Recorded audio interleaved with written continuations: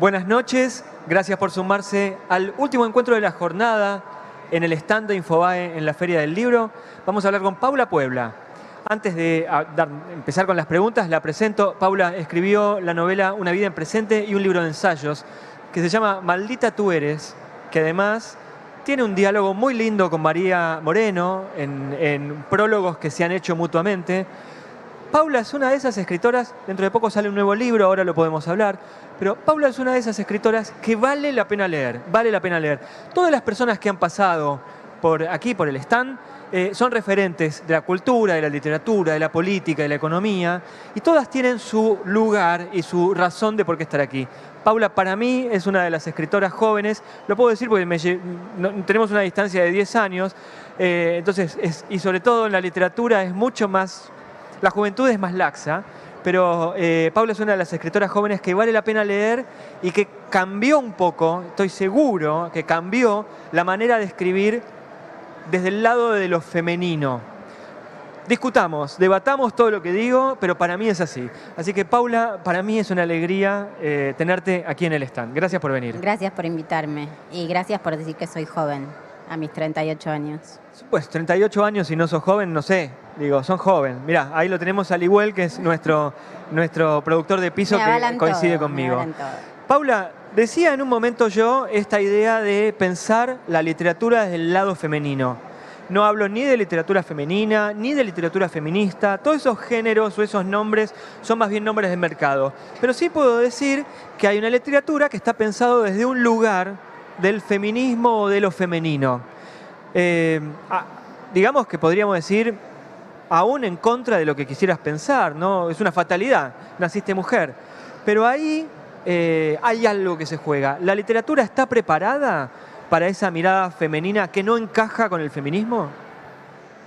Me parece que es el lugar para que encaje. Para mí la literatura está preparada para todo. El mercado puede ser el que no esté preparado. Sabemos lo que está buscando el mercado ahora, sabemos que se inclina a estas categorías o estos géneros de literatura feminista y un tipo de literatura abordada por autoras mujeres de cierta edad, de cierto extracto social, que aborden determinado tipo de temas. Está como bastante estandarizado eso. Yo creo que la literatura es el lugar para decir y para escribir lo que no podemos hacer en otro contexto. Pienso que está preparada para recibir miradas, si se quiere, alternativas al mercado. ¿Te gustan tus protagonistas? ¿Te llevas bien? Digo, ¿serías amiga de tus protagonistas? Sí. Me pasa con los personajes que escribo es que protagonistas o no, me encariño.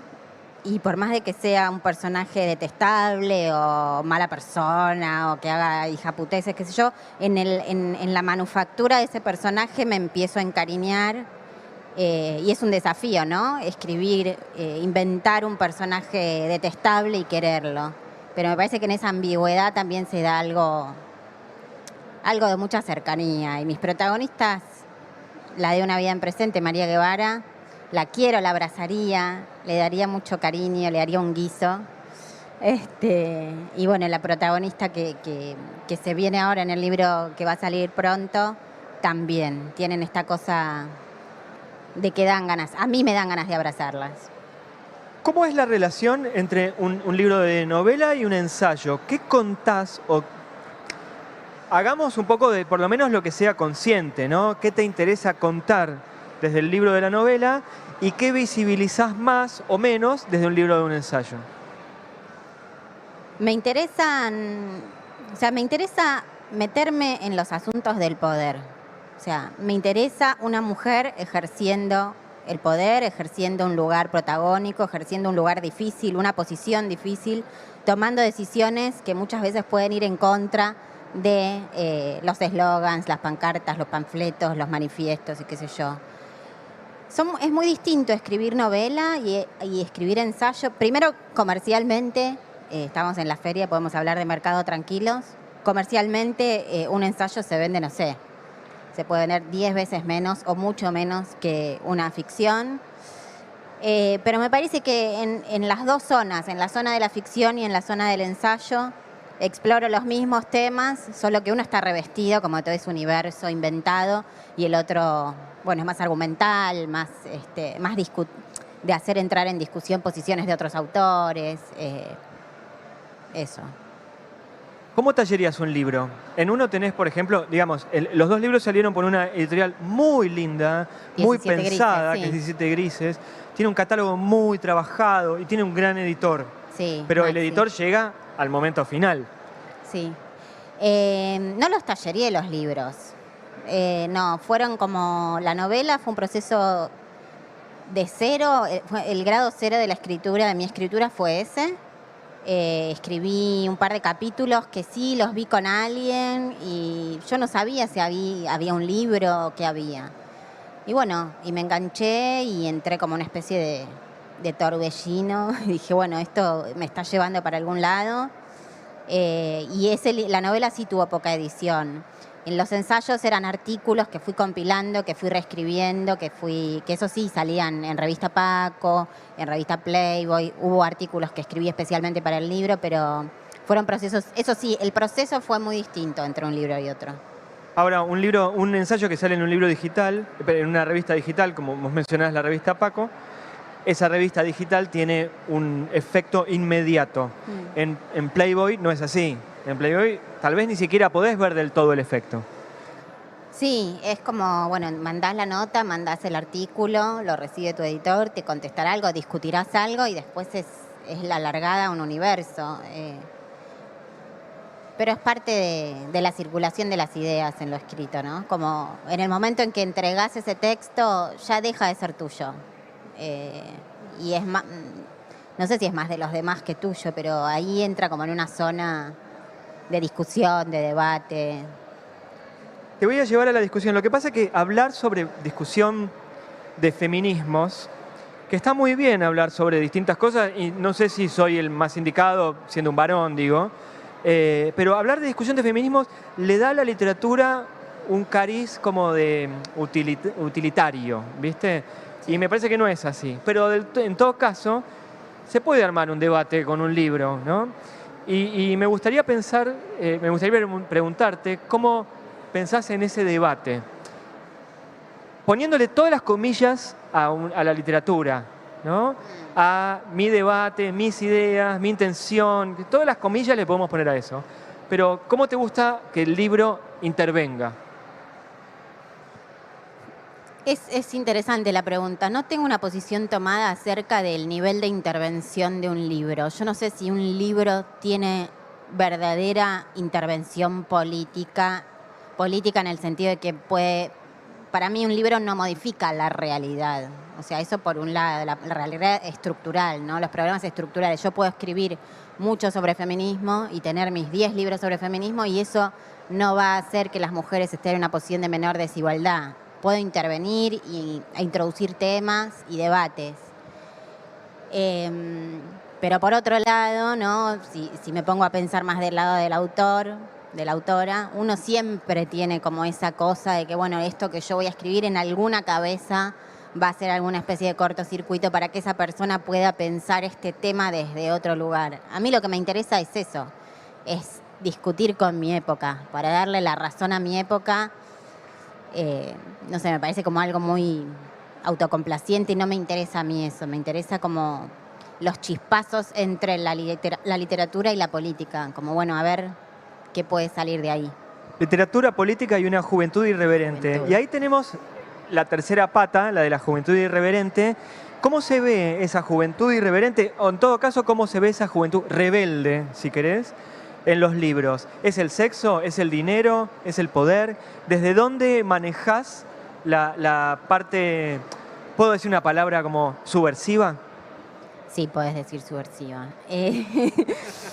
No sé si mis personajes no sé si son jóvenes, pero me parece que esto está bueno, porque juventud y rebeldía hoy por hoy, yo creo que voy a tirar algo arriesgado, que no al lugar, cualquiera me puede tirar una fruta si quiere, pero para mí a los jóvenes se les robó la oportunidad de ser rebeldes, porque estamos los jóvenes de hoy, en general, tienen absoluto dominio de lo que hacen, de lo que gastan, del lugar a donde van, cómo van, con quién vienen. Están por encima de sus padres muchas veces en las cuestiones de la autoridad. Entonces, ¿para qué te vas a rebelar? ¿Ante quién te vas a rebelar? Si lo pensamos más a nivel social y a nivel político, bueno, ahí sí puede ser que se estén corriendo del lugar hacia zonas que sus padres no pueden pensar, ¿no? Pero bueno, si me ajusto a la literatura, no sé, me perdí. Yo te cambio la pregunta, no la recuerdo del todo, pero te cambio la pregunta porque la respuesta que me diste es como re interesante para seguirla. Hablamos de la juventud y la rebeldía y pienso, ¿qué pasa cómo se explica el fenómeno Milei entre los jóvenes? No sé cómo se explica, pero me parece que hay algo de eso, ¿no? Es como la oportunidad de rebelarse ante algo y ese algo es de algún modo, no es el sistema, no se están rebelando al sistema, como contaba María Negroni en los 70s, que se rebelaba ante el capitalismo, entonces creían en la revolución y hacían la revolución. Acá no hacen ninguna revolución, se están rebelando ante el Estado, ¿no? Es otra cosa. Y se rebelan sin revolución, ¿no? Porque, bueno, el contexto político global es otro y me parece que todo el mundo está virando hacia el lado Milei de la vida, totalmente dominado por las corporaciones, totalmente dominado por sus streamings, totalmente dominados por el sálvese quien pueda, ¿no? Donde son su propia herramienta de trabajo, su propio jefe, su propio esclavo, son su propio todo. Entonces, bueno, se pone en tensión eso. Pero en mi época de juventud era muy distinto. Mi juventud fue muy distinta a la de ahora y, bueno, puedo decir que soy joven, no pasó tanto tiempo, pero mi juventud en los años 2000 Vos eras joven en el 2001, digamos. Yo en el 2001 tenía 16 años.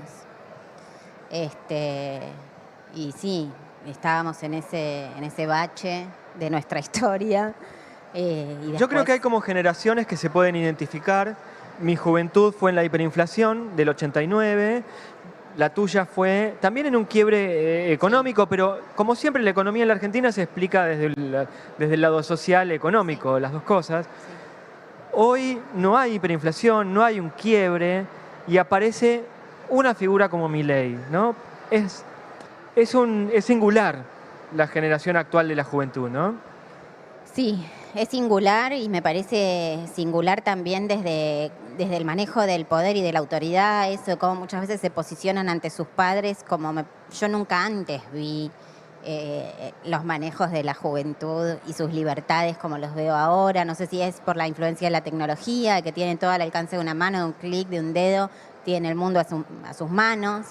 Antes había una especie de esfuerzo por determinadas cosas. Antes querías ver un programa, una serie que te gustaba, tenías que esperar el horario, mansito adelante de la tele, prender la tele, verlo en ese horario, qué sé yo. Ahora es todo cuando vos querés.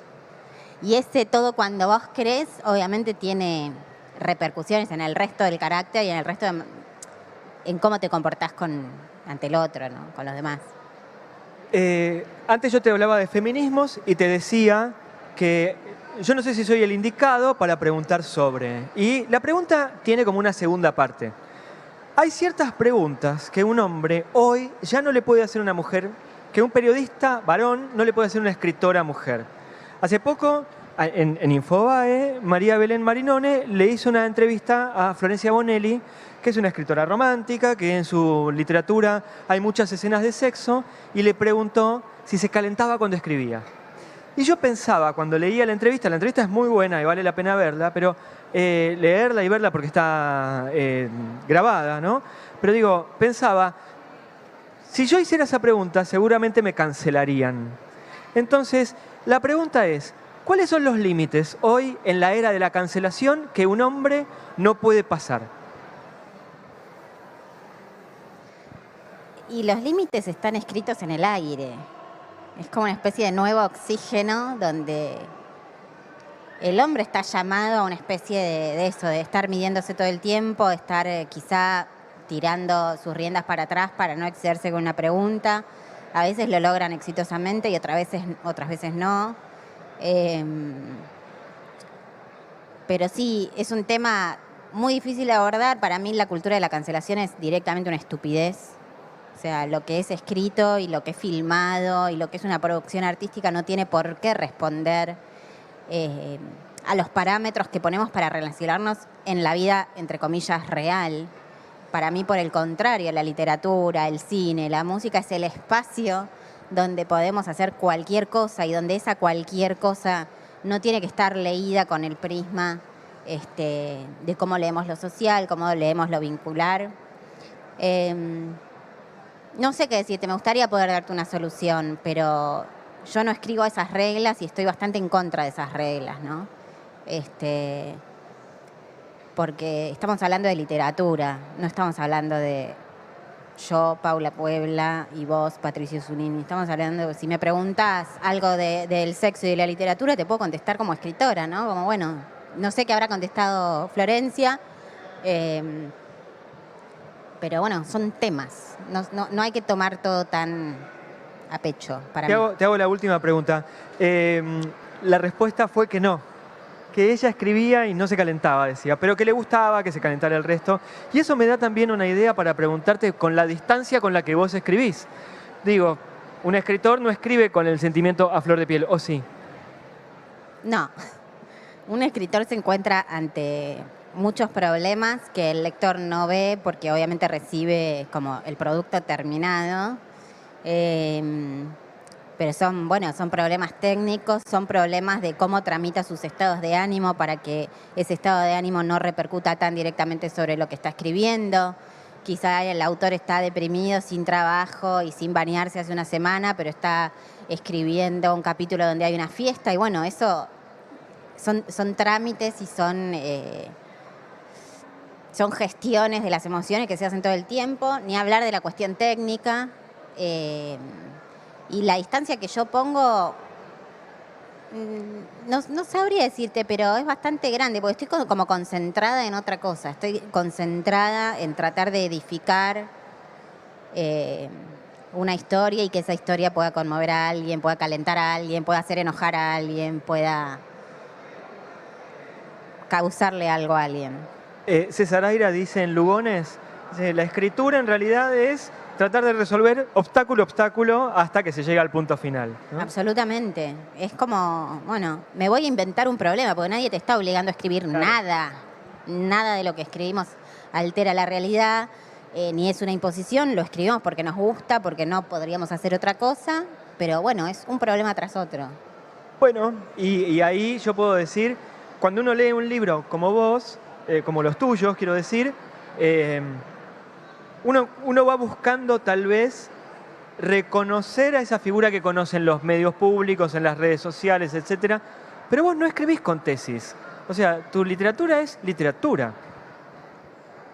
Y me parece que es lo que me gusta y lo que me gusta de otros autores, que no se transparente, que no se vele la persona que escribe en los libros que escribe, ese pegote que se hace entre el yo autor y mi libro, a mí me irrita mucho y me expulsa. No me gusta, quizá por eso soy un poco reticente a los libros escritos en primera persona, muy autobiográficos, muy autorreferenciales, qué sé yo, porque prefiero las cosas cuando están lejos. Y esto, bueno, me pasa en todos los niveles. Paula Puebla es autora de la novela Una vida en presente, es autora del libro de ensayos Maldita tú eres. ¿El próximo mes sale por Tusquets la nueva o en un par de meses? El próximo mes, si todo sale bien, por Tusquets, sí. Bueno, no se la pierdan. Gracias por haber participado aquí en el Auditorio Infobae en la Feria del Libro. Gracias a vos, Pato.